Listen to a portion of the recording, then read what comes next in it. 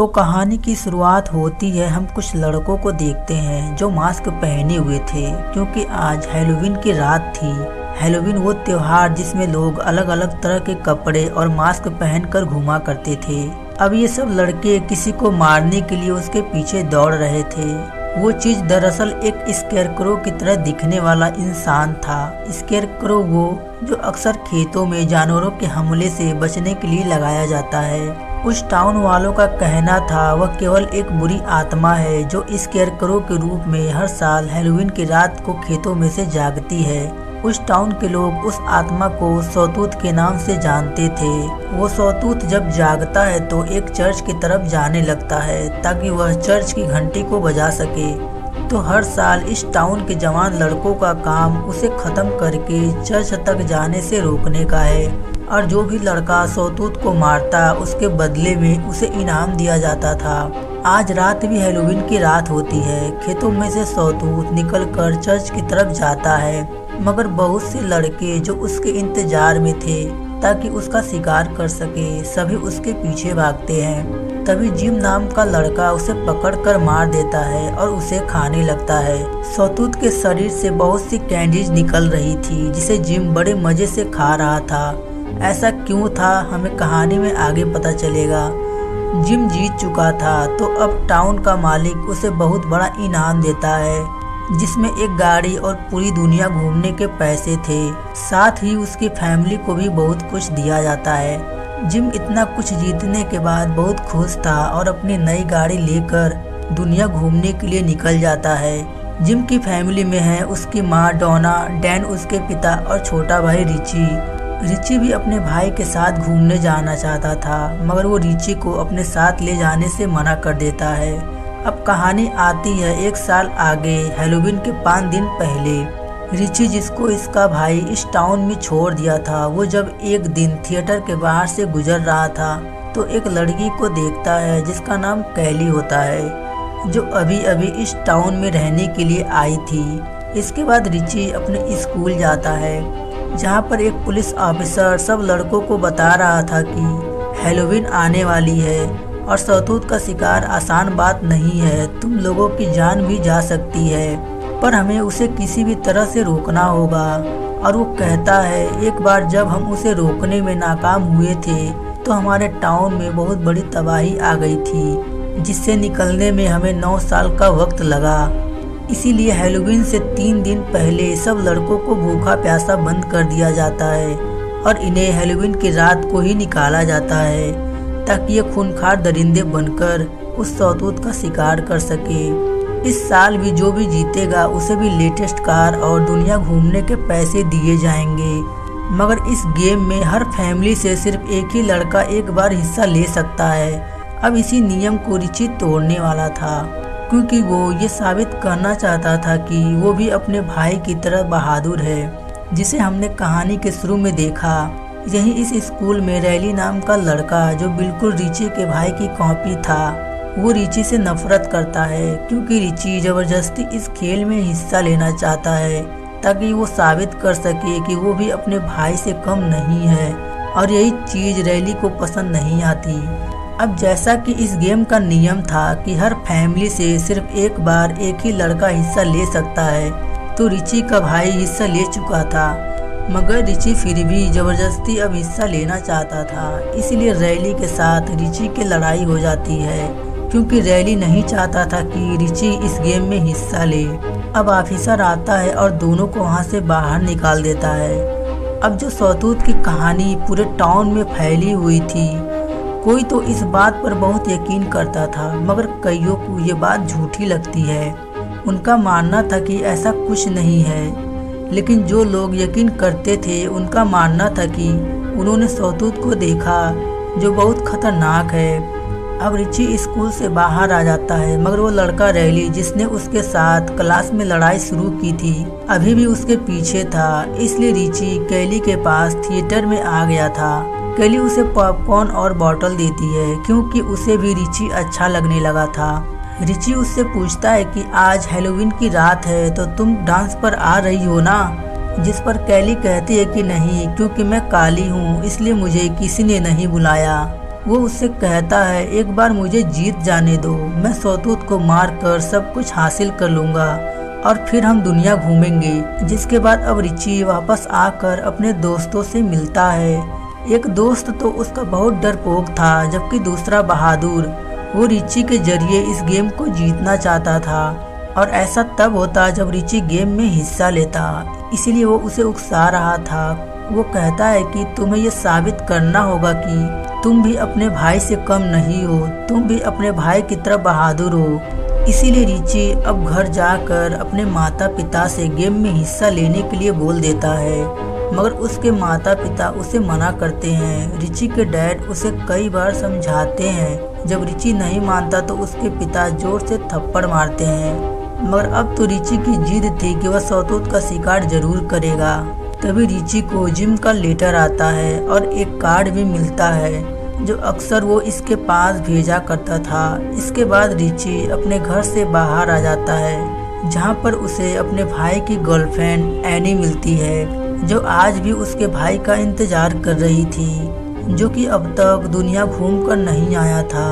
Richie की mom चाहती थी कि वो लड़की उनके बेटे को भूल जाए और अपनी जिंदगी में आगे बढ़े।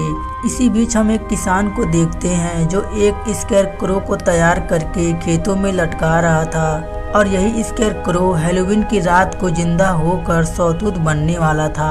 अगली सुबह जब रिची स्कूल जा रहा था तो उसे रास्ते में रैली ने बुरी तरह से मारा और वो उसकी बेल्ट उतार कर ले गया, जो कि उसके भाई जिम ने उसे दी थी। इसके बाद उसे फिर से उसके भाई का लेटर मिलता है, जिसमें जिम ने लिखा था कि रिची जब तक मैं वापस नहीं आ जाता तुम्हें ही मॉम डैड का ख्याल रखना होगा। रिची इन सब बातों से बहुत ज्यादा परेशान हो जाता है, इसलिए वो गुस्से में आकर एक गाड़ी को चुरा लेता है और टाउन छोड़कर जाने लगता है कि तभी रास्ते में उसे ऑफिसर मिल जाता है। जब रिची भागने की कोशिश करता है तो पुलिस ऑफिसर उसे पकड़ लेता है और खूब मारता है, जिस वजह से रिची बेहोश हो जाता है। अब हैलोवीन की रात आने वाली थी, इसलिए सब लड़कों को भूखा प्यासा उनके माता पिता ने उन्हें उनके कमरे में बंद कर दिया, और जब हैलोवीन की रात आती है तो उन सब को बाहर निकाला जाता है। सब पागलों की तरह सौतूत का शिकार करने भाग रहे थे, क्योंकि वो बहुत दिन से भूखे थे। उधर किसान ने भी सौतूत के शरीर में बहुत सी कैंडीज भर दी थी, जिसके बाद वो जिंदा हो जाता है। रिची 3 दिन से बेहोश पड़ा था। जब उसे होश आता है उसके डैड उसे कहते हैं कि देखो बेटा, तुम्हारे पास सब कुछ है, तुम इस मौत के खेल में क्यों जाना चाहते हो। उसकी मॉम भी उसके आगे हाथ जोड़ती हैं, मगर वो किसी की भी बात को नहीं मानता और अपने दोस्तों के साथ एक गाड़ी में बैठकर सौतूत के शिकार पर निकल जाता है। रिची और उसके दोस्त डरावने मास्क पहने हुए थे।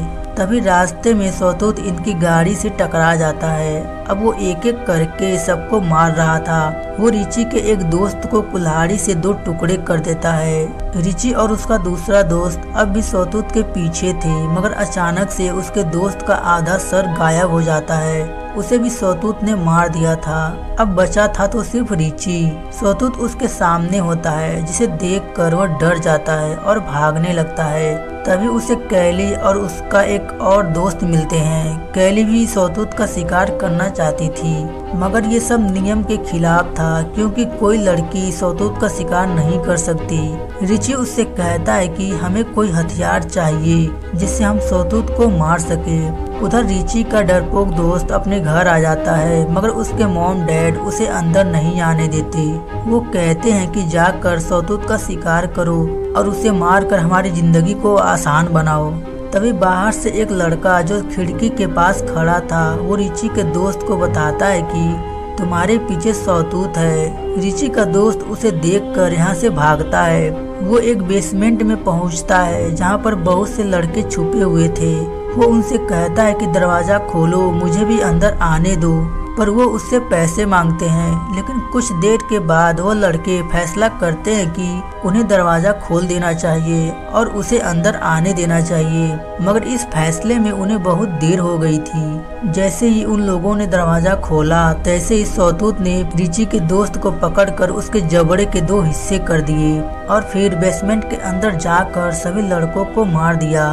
बाहर खून के फुहारे निकल रहे थे, जिसे देखकर खिड़की के पास खड़ा छोटा बच्चा चिल्लाने लगता है। उधर रिची और कैली भी पुलिस ऑफिसर के घर पहुंचते हैं, जहां से वो उसकी गन को चुराते हैं और उसकी गाड़ी को भी चुरा कर वहाँ से भाग जाते हैं। टाउन में भी एक अजीब सा माहौल था। भूख से पागल लड़के स्टोर पर हमला करते हैं। उन्होंने गार्ड को भी मार दिया था। माहौल इतना गर्म हो चुका था कि सभी एक दूसरे के खून के प्यासे थे। सौतूत भी ऐसा ही कर रहा था, वो भी सबको मार रहा था। ये सब रिची और कैली भी छुप कर देख रहे थे। तभी उनके पास रैली आ जाता है। अब वहाँ पर उनके बीच लड़ाई शुरू हो जाती है। कैली उस लड़के को मारकर बेहोश कर देती है। रिची रैली से अपना बेल्ट ले लेता है और दोबारा से दोनों निकल जाते हैं सौतूत का शिकार करने। तभी इन्हें रेडियो पर मैसेज मिलता है कि सौतूत कहाँ पर है। अब ये जल्दी से उस जगह पर पहुंचते हैं। वो सौतूत रिची के सामने था। जब उसकी नज़र सौतूत की बेल्ट पर जाती है तो उसके बेल्ट को देखकर रिची गोली नहीं चलाता। तभी सौतूत उन पर हमला करने लगता है तो कैली उसे मार कर बेहोश कर देती है और रिची को वहाँ से लेकर भाग जाती है। अब वो लोग रिची के घर पहुँचते हैं, जहाँ पर उसके मॉम नींद की दवा खाकर उनके पास आती हैं, जो कि टाउन के मालिक ने दी थी, जो जीतने पर इनाम भी दिया करता था। जैसा कि हमने कहानी के शुरू में देखा, रिची यहाँ पर अपनी मॉम से पिछले विनर्स के बारे में पूछता है। उसे पता चलता है कि जो भी जीतता है वो ये टाउन छोड़कर चला जाता है और फिर दोबारा कभी वापस नहीं आता। सब यही कहते हैं कि वो दुनिया घूम रहे हैं, मगर असल में ये सब झूठ था। कोई जानता ही नहीं था कि जीतने के बाद उन लोगों का क्या हुआ। रिची समझ जाता है कि जो लेटर्स इसके पास इसके भाई जिम के आया करते थे वो असल में इसके मॉम भेजा करती थी, ताकि रिची को हिम्मत मिलती रहे। असल में रिची का भाई मर चुका था। रिची की मॉम कहती है कि बेटा किसी को मत छोड़ना। इतना कहकर रिची के मॉम ने अपनी जान ले ली। उधर सौतूत एक घर में जाकर उसे जला देता है। वो घर असल में रिची और उसके भाई का पुराना घर था। असल में सौतूत कोई और नहीं बल्कि रिची का भाई था, जो पिछले साल इस गेम को जीता था, जिसको हमने कहानी के शुरू में देखा। इसलिए रिची उस बेल्ट को देखकर रुक गया था। असल में होता ये था, जो भी लड़का इस खेल में जीता करता था उसे टाउन का मालिक बहुत ज्यादा पैसे देता था और उसे दुनिया घूमने भेज देता था। असल में तो कोई भी कभी इस टाउन से बाहर गया ही नहीं। पुलिस ऑफिसर रास्ते में उस लड़के को मार देता था। फिर जीतने वाले लड़के के शरीर का इस्तेमाल करके अगला सौतूत बनाया जाता।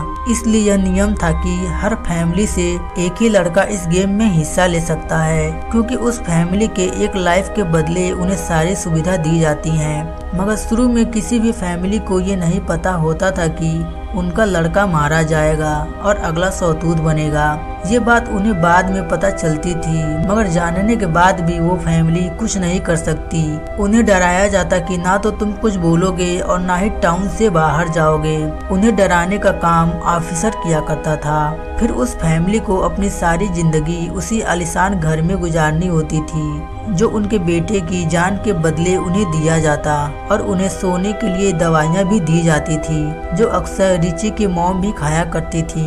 इसका मतलब रिची के डैड इस वजह से उसे इस गेम में जाने से मना कर रहे थे, ताकि वो उसकी जान को बचा सके। उन्हें दुख था कि उनका बड़ा बेटा ऐसे ही उन्हें छोड़कर चला गया, मगर ये सारी सच्चाई कभी भी वो रिची को नहीं बता सकते थे। अब भी उन्हें अपने बेटे की मौत का अफसोस था कि मरने के बाद भी उसकी आत्मा सौतूत के रूप में घूम रही है और सबको मार रही है। उसे काला जादू करके फिर से जिंदा किया गया ताकि उसे फिर से मारा जा सके।